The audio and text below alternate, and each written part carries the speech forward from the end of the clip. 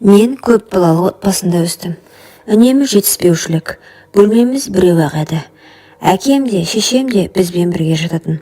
Әр түн олардың сыбырлаған дауыстары мен ыстық демдері бізді оятып жіберетін. Әуелде түсінбедім, бірақ уақыт өте келе олардың не істеп жатқанын көзіммен көрдім. Сол көріністерді көрген сайын жүрегім дүрсілдеп, денем қызып кететін. Қорқатынмын, бірақ көзімді алмай қарайтынмын. Қараған сайын ішімде белгісіз бір құштарлық ояна берді. Өзімді кінәлі сезінсем де, сол сәттер мені өзгертті. Түнгі дыбыстар, ах, ох, деген дыбыстар, ата-анамның құшақтасуы, бәрі де есімде мәңгі қалып қойды. Сол кезден бастап менің жанымда балаға тән аңғалдықпен қатар тыйым салынған бір от тұтанып үлгерген еді. Бір күні әкемнің бөлесі маған жақындады. Ол менен 10 жас үлкен еді. Көзінде қатты бір ниет бар екенін түсіндім. Тоңқайып тұр деді ол, даусы көрлегенмен әмірледі. Қорықтым, бірақ қашып кетуге батылым жетпеді. Жүрегім дүрсілдеп, бүкіл денем қалшылдады. Қарсылық білдіргім келді, бірақ қол-аяғым қатып қалғандай болды. Ол маған тиісіп бастаған жанымдағы қорқыныш пен ұят бар еді. Дегенмен ең қорқыныштысы ішімнен бір жылы сезімнің оянғаны. Сол сәттен кейін мен үнсіздіктің тұтқынына айналдым. Ешкімге айтпадым. Бала болсам да бәрін түсіндім, бірақ айтсам да ешкім сенбейтіндей көрінді. Момын болдым, үнсіз болдым, ал ішімде тыйымды бұзған бір сезім мәңгі қалып қойды. Түнде ата-анамыздың сыбырын есту біз үшін әдетке айналды. Бірде ағам екеуміз ойнап отырып, папа-мама ойынына көштік. Әуелде ол ойын ғана сияқты еді, бірақ уақыт өте келе ойын шындыққа айналды. Ағам мені құшақтап еркелеткенде жүрегім дүрсілдеп, денем әлсіреп кететін. Қарсылық білдіргім келгенмен тәнімнің өзі оны аңсай бастады. Бір түнде ол мені төсегіне тартты. Сол сәттен бастап ойынның шегі жойылды. Жаным қорықса да тәнім құмарлықтың отына беріліп кетті. Ағамның ыстығы мені арбап, күн сайын сол сәтті күтетін болдым. Бірақ әр құшақтан кейін жанымда ұят пен қорқыныш қоса оянатын.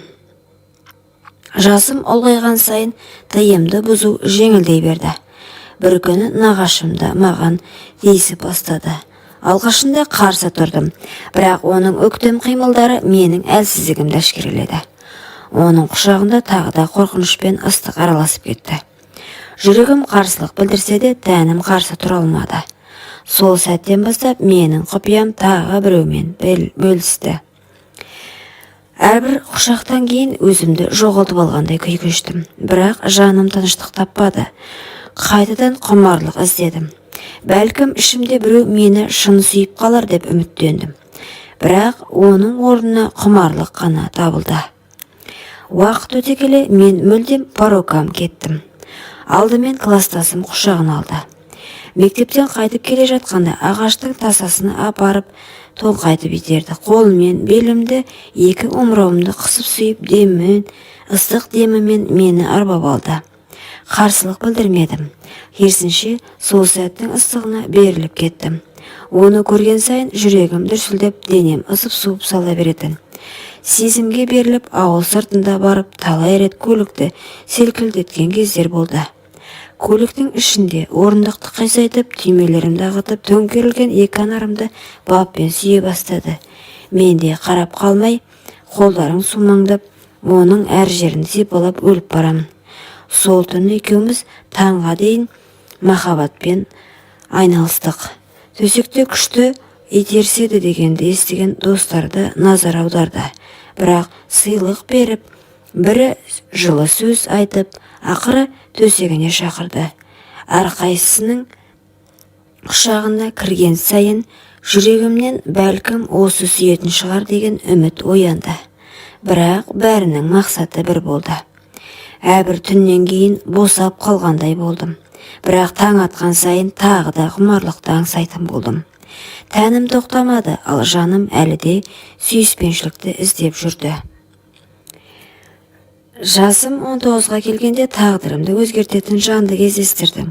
Ол 40-тағы жанұялы ер адам еді. Ол жас жігіттерде емес, асықпайды, әр қимылы салмақты. Алғашқы түнінде-ақ ол мені толық қанағаттандырып алды. Мен қарсыласпадым, керісінше соның құшағында өзімді мәңгі әйел сезіндім. Ол маған жылы сөздер айтты, құшақтап жұбатты, әрбір қимылы мені бұрынғыдан да терең құмарлыққа батырды. Оның жанында мен өзімді ерекше көрдім. Кейін ол, егер бірге болғың келсе, тұрмысқа шығасың деді. Мен келістім, өйткені бұдан артық жанды кездестірмейтіндей көріндім. Қазір 20-дамын, өмірімде талай тыйым аттап, талай еркектің құшағынан өттім. Тәнімнің құмарлығы көп рет қанағаттанды, бірақ жаным әлі де тыныштық таппады. Мен ішімнен бақытты отбасыны аңсадым. Кішкентайымнан бері арманым мейірім мен сүйіспеншілікке толы жанұя еді, бірақ өткен өмірім мені мазалайды. Отбасында жылулықты көрмей өстім. Жанұялы еркектің құшағында жүргенімде жүрегімде екі қатар сезім оянды. Құмарлық пен қорқыныш. Ол мені шынымен сүйеді ме? Әлде мен де оның өміріндегі өткінші сәт болып қала беремін бе? Осы сұрақ мені мазалайды. Бірақ соған қарамастан мен үміттенемін. Бәлкім уақыт өте келе мен шын бақытқа жетермін. Бәлкім құмарлықтан бөлек шынайы махаббатты маған бұйырар. Ал әзірге мен оның құшағындамын, үміт пен қорқыныштың арасында. Менің басымнан өткен бұл барлық оқиға тек менің ғана емес, басқа да балалар үшін сабақ боларлық. Тәрбие тал бесіктен басталады.